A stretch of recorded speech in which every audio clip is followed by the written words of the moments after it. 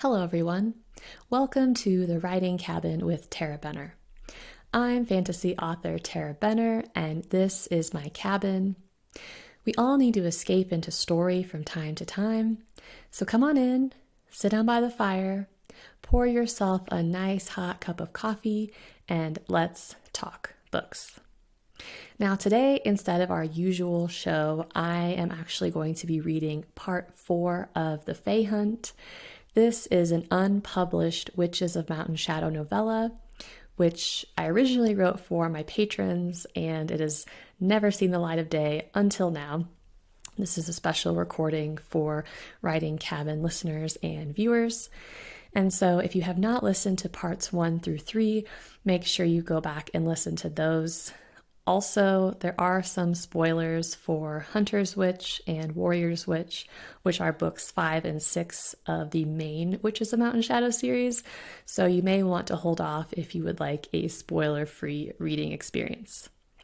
And without further ado, here we go. Fiona didn't make a habit of showing up on her friends' doorsteps in the middle of the night, but she felt this couldn't wait. They'd transported the talisman in her cast-iron skillet. Cold iron muted Fae magic, but Fiona wasn't sure it was truly enough to counteract its effects on Gabriel. The sky was just beginning to lighten from navy to gray as Fiona lifted Jinx's mermaid door knocker. Jinx lived in an odd 2-story house with a gigantic porch accented by granite columns. The stones were all irregular shapes and sizes and had probably come out of a nearby quarry. The cedar siding was painted teal and purple, which lent an air of whimsy appropriate for the mermaid knocker. Gabriel looked uncomfortable as he scanned Jinx's yard. Fiona supposed there were too many shadowy nooks and crannies for the hunter's liking. It reminded her a bit of Miss Amelia's old yard, with its tall flowers and unkempt bushes. It was a while before a porch light came on, and Jinx opened the front door. The witch was dressed in a long silk robe and had her hair pulled up in a floral turban. Fiona? Jinx's gaze swept over to Gabriel, and a look of understanding came over her. I'm sorry to just drop by like this. Nonsense! Come in, come in.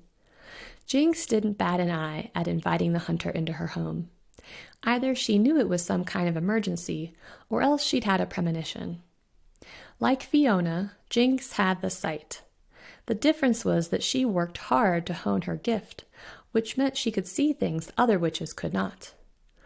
I don't suppose you're throwing a surprise potluck in my honor, said Jinx, eyeing the cast-iron pan Fiona carried in her arms. Afraid not, said Fiona. The thing inside the pan felt like a bomb that she needed to defuse. I didn't think so. Jinx glanced once at Gabriel. Even though he'd been around for a while, his predatory energy made most witches uncomfortable. But if Jinx was afraid of him, she didn't show it. Can I get you something to drink? Tea? Coffee? Coffee would be great, said Fiona, glancing at Gabriel. Encasing the talisman in cast iron seemed to have sobered him from his Fae obsession, but he still seemed twitchy and out of sorts. Caffeine might do him some good. Jinx fluttered off into the kitchen to start the pot, and Fiona led the way into her sitting room. Jinx's house was an eclectic mix of American antiques and Asian-inspired decor that somehow managed to come together with an offbeat kind of warmth. Paintings of cranes accented the wood-paneled walls, and the floors were covered in thick oriental rugs. Even the couch was an antique, upholstered in a slick pink silk embroidered with oversized flowers. Jinx's birds squawked as Gabriel made to sit down, making him jump out of his skin. Luckily, Judy was a parakeet, not a magpie, and that detail seemed to settle Gabriel. Jinx reappeared a moment later, carrying a silver tray of coffee in little china cups. It was such a pretty arrangement that Fiona felt she should take her time, but she guzzled down an entire cup black, not a moment after Jinx had poured it. So what's in the skillet? Asked Jinx. Does it have anything to do with your close call tonight? She looked pointedly at Fiona, and Fiona drew in a breath. You saw that in a vision? She asked, bringing a hand to her throat. It was still raw, and it hurt to talk, but her vocal cords hadn't sustained any permanent damage. "No, I saw the bruises," said Jinx, tossing a shifty glance in Gabriel's direction. Gabriel was staring guiltily at the cup in his hands. "You want to tell me what's going on?" Fiona turned to look at Gabriel. "I think you ought to step out." She wasn't exactly sure how Fey magic worked, whether it faded or grew stronger over time the longer someone was exposed to it.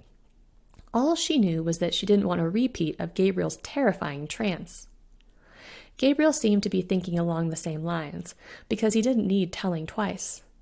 He got up and left the room, and Fiona took the lid off the skillet. Jinx took one look at the mound of feathers and gave a full-body shudder. "Do you feel that?" Fiona asked. "Feel it? Child, I can practically taste the Fey magic coming off that thing. For heaven's sake, put the lid back on." Fiona did as she was told and called Gabriel back into the room. Once he was settled on the couch beside her, she launched into the story of Miss Amelia and how the two Fey had tried to kill Gabriel. Gabriel added in his bit about destroying the Fey portal, thereby inciting Balok's anger. When he'd finished, Jinx's eyes were wide, and her full lips were grim. Fiona realized it was the first time she'd ever seen Jinx without her makeup, but there was a deep-seated beauty in her that required no extra adornment. "So let me guess," said Jinx after a moment. "You want me to find this Fey?" "I didn't know who else to ask." Fiona leaned forward, choosing her words carefully. "We need to find him before he finds Gabriel." Jinx stared at Gabriel for a long moment, and Fiona knew she was thinking of the hand-shaped bruises that snaked up Fiona's neck. Fiona was pretty sure none of the other witches in her coven approved of her being with Gabriel, but they'd reached a point of grudging acceptance. She hoped Jinx wouldn't mention the bruises to anyone else. Gabriel would never hurt her of his own free will, and the dream outburst hadn't been his fault. But Fiona's friends could be protective, and she knew they wouldn't see it that way.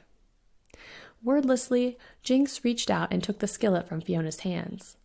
She carried it over to a round table by the window and set it in the middle. Judy gave a disgruntled squawk from her cage. Maybe the bird was sensing something that was lost on even Fiona.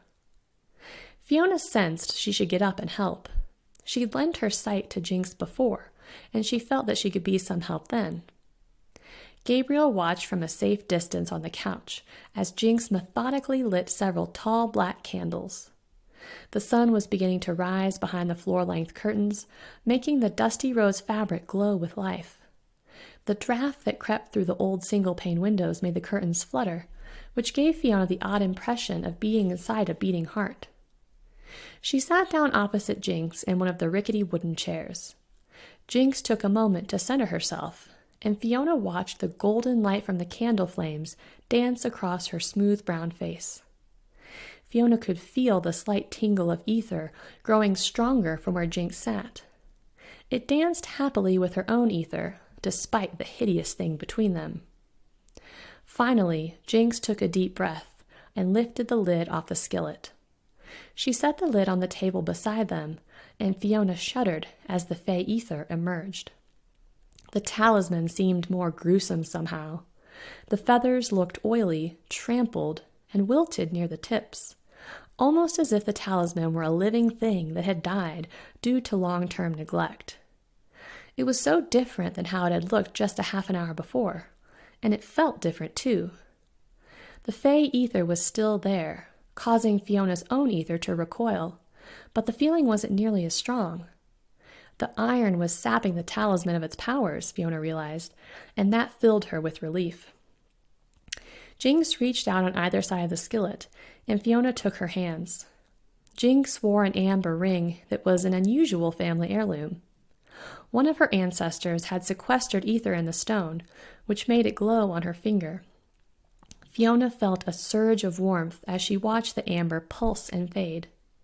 It wasn't as strong as it had been the last time she'd seen it in action, as though it were being thrown off by the lingering effects of Fey magic. Jinx scrunched her eyes closed in concentration, squeezing Fiona's hands. Fiona could feel her ether flowing stronger and tried to add hers to the mix. "Can you picture him?" Jinx asked softly. Can you picture your fae? Yes, said Fiona, closing her eyes too so that she could focus on Balok. It helped to have something that belonged to him, she knew, but his image might make things clearer for Jinx. She managed to summon an image of the old fae's face. She saw his gray beard, how his hair was neatly trimmed, but then his features started to fade. His nose and jaw narrowed, morphing into a beak. His hair started to darken and spread down his face. His pudgy body filled out, becoming something other than human, and a second later there was only... "A magpie?" said Jinx, clearly confused. "I'm sorry," Fiona growled in frustration, annoyed with her own lack of concentration. She tried to picture the fae again, but was met with resistance. No, let it come," said Jinx. "Forcing it won't help. If that is how the fae sees himself, it will be more powerful than his true name." This was the second time in 24 hours that Fiona had heard someone refer to a person's true name. Fiona didn't know exactly how that worked, only that knowing someone's true name gave one power over them. The Magpie, Balok, Jim Ballard, those weren't the fae's real names. But a magpie encapsulated who he was, so maybe it was just as good. Fiona chanced to glance at Jinx, who was concentrating so hard the talisman had begun to roll back and forth. It was as if Jinx was turning it over in her mind, which was causing an effect on the physical plane. Her ring pulsed more strongly than before, but then the light went out. She opened her eyes with a gasp of exertion and then slammed the lid back over the talisman. "Did you see him?" Fiona gasped, taken aback by the look on Jinx's face. Jinx closed her eyes again and swallowed thickly, as if she couldn't quite speak. The light on her ring faded completely, and then she opened them again with a nod. Her usually smooth dark skin looked pale and patchy, as if she were coming down with a fever. "Well?" snapped Gabriel, standing up impatiently. "Where is he? Did you find him?" Jinx blinked twice at Gabriel, but she didn't seem put off by his outburst. If anything, she looked as though she understood Gabriel's anguish after her ordeal. She took another breath before trying to speak, and when she did, her voice was strained. "I saw your magpie," she said slowly, "though the location isn't somewhere I can point to on a map. I can show you where he is, but I'll have to take you to him." "It's called a keyhole and window spell," Jinx explained as she spread a large map across her antique coffee table. It was a topographical map of southern Colorado, and it wasn't exactly new. Giant chunks of it were missing, as if they had been burned away, and there were smudges of ash along the edges where it had been handled. "The sight can show me a person, even one I've never met, but my visions are limited, like looking through a keyhole. This spell opens a window and offers a broader view." Gabriel watched warily as Jinx got up and opened a dusty cherry wood china cabinet. It was a fixture in Jinx's living room, but Fiona had never really noticed it before. The shelves were crammed with clouded glass jars, faded tea tins, and chipped clay pots that didn't seem to go together. As Fiona watched, Jinx reached in and opened several tins, seemingly at random, and began gathering objects into a tarnished brass bowl. She threw in a feather, some brick dust, and what looked like part of a bird's nest. There was a clatter as a few chicken bones hit the bottom of the bowl, and Jinx scooped out a fistful of some dusty black substance from a clay pot near the back. When she was finished, Jinx replaced the various tins and shut the cabinet door with a snap.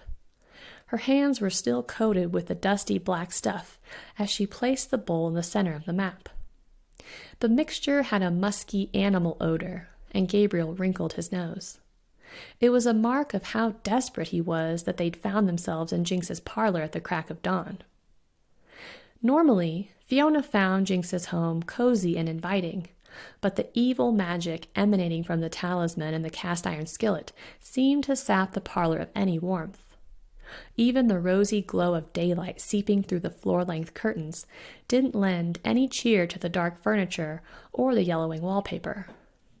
Contact with the iron had dulled the fey magic, but it didn't diminish it completely. Fiona could feel Balak's malicious intent, as if he'd been standing right behind her. She could only imagine what it was like for Gabriel.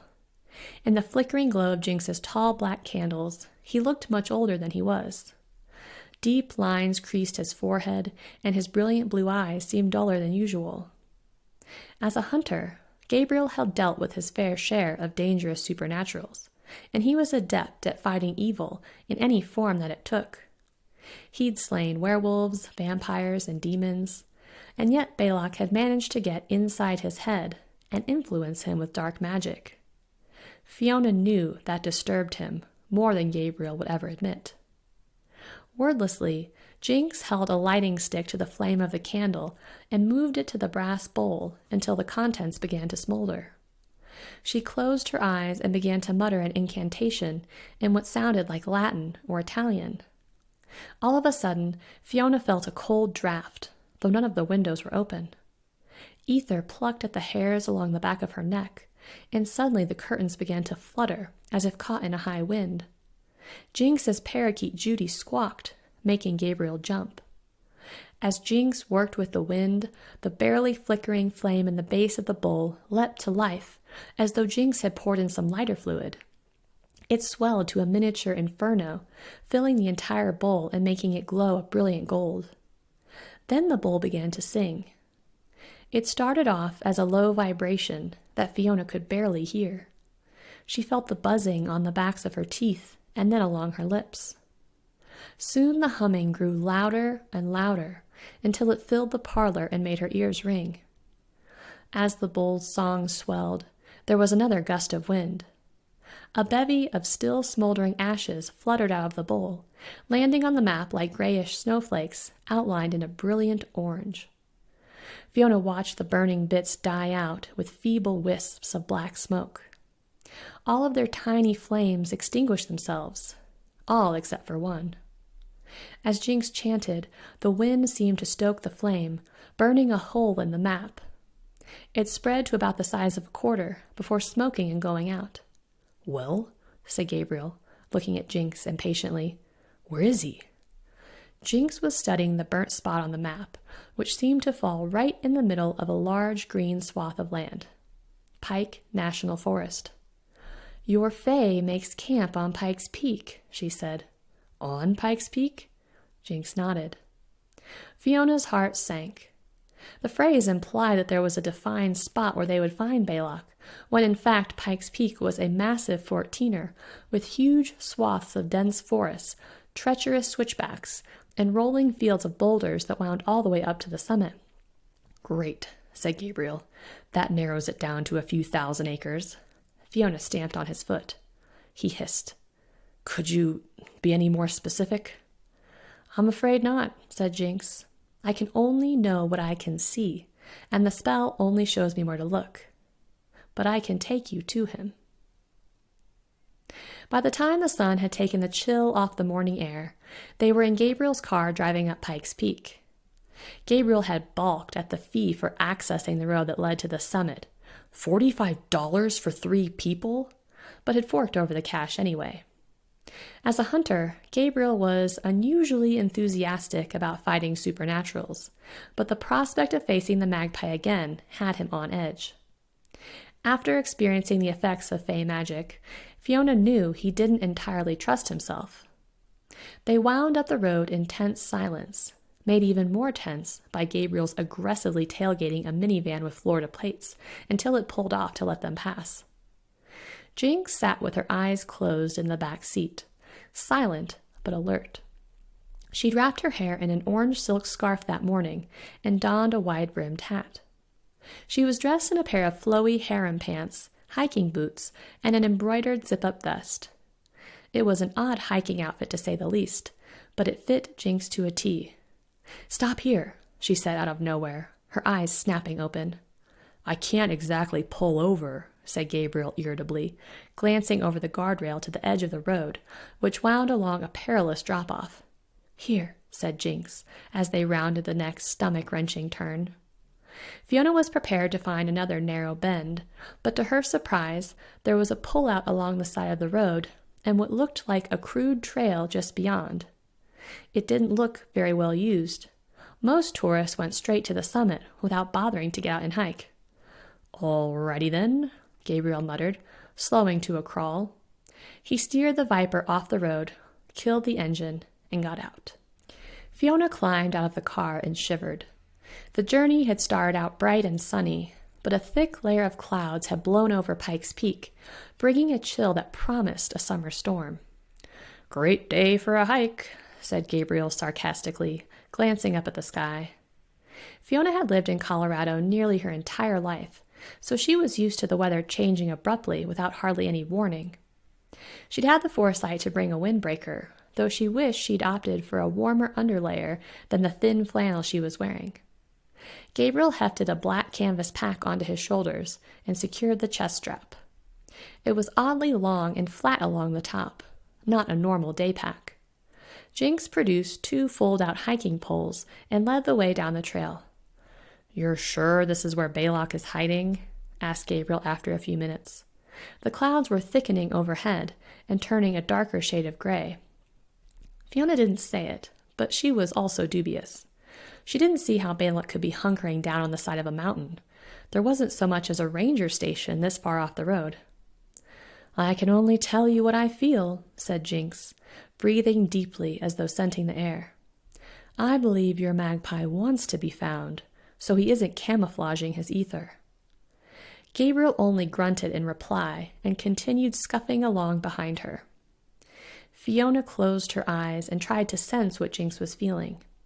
She wasn't sure if she was imagining it or not, but she did feel something. It wasn't the telltale tingle she usually felt in the presence of another supernatural, more like the heaviness of foreboding. Her stomach clenched. Maybe Jinx was onto something. Suddenly, Fiona had the sense that they'd made a huge mistake in coming there.